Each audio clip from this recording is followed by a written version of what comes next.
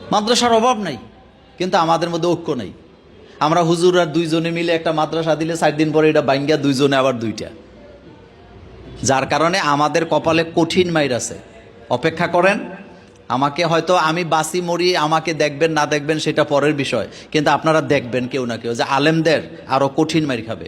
এবং বিএনপি যদি ক্ষমতায় আসে, আওয়ামী লীগ তো মাহফিল করছেন, আওয়ামী লীগের লোক সভাপতি বানায়া, বিএনপির লোকের আপনাদেরকে এমন অবস্থা করবে আপনারা তাদেরকে সভাপতি বানায়ও মাহফিল করতে পারবেন না। এমন অবস্থা এখন চলে গেছে। সেজন্য ঐক্যের কোনো বিকল্প নাই।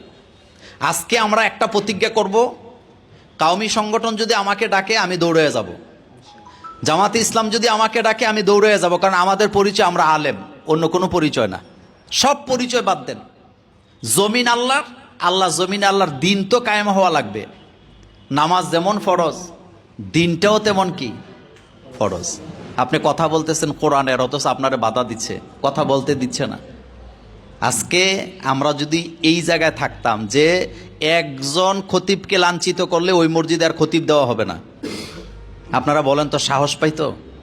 কিন্তু না, আপনি দেখবেন খালি শুনছেন যে রবিউল্লাহ আনসারের ইমামতিটা লড়বড়ে, ফিসে দিয়ে গিয়া সভাপতির ফায়ে ধরে আরেকজন বৈশা থাকে, শোনেন রবিউল্লাহরে 10,000 দিয়েছেন, আমগরে 5,000 দিলেই হবে। এই কথাগুলো সত্য না মিথ্যা? তো আপনাদের মর্যাদা বাড়বো কেমনে, আমাদের মর্যাদা বাড়বে কেমনে বলেন?